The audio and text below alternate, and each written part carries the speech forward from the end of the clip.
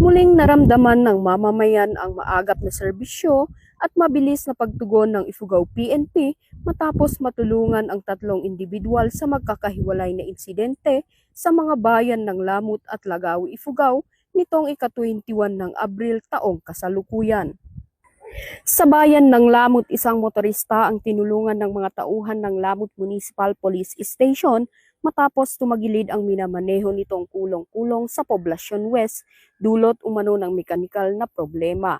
Agad na rumesponde ang mga pulis at nagbigay ng kinakailangang tulong upang matiyak ang kaligtasan ng motorista na kalaunay nakapagpatuloy sa kaniyang paglalakbay.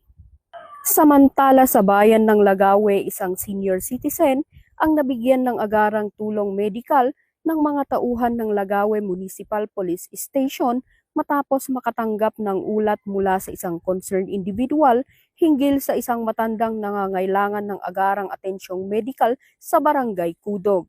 Agad na rumesponde ang kapulisan at tiniyak ang ligtas at mabilis na transportasyon ng pasyente sa Ifugao General Hospital para sa wastong medikal na pangangalaga.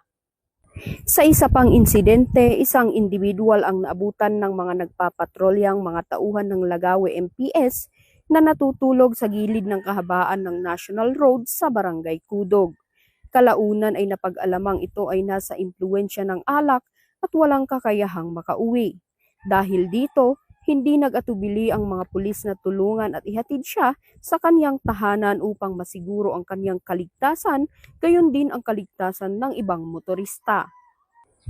Ang mga hakbang na ito ng Ifugao PNP ay sumasailalim sa kanilang dedikasyon at pangakong paglingkuran at protektahan ang komunidad, hindi lamang sa pagpapatupad ng batas, kundi pati na rin sa pagbibigay ng serbisyong may malasakit. Ito ay isang malinaw na refleksyon ng adhikain ng bagong PNP para sa bagong Pilipinas.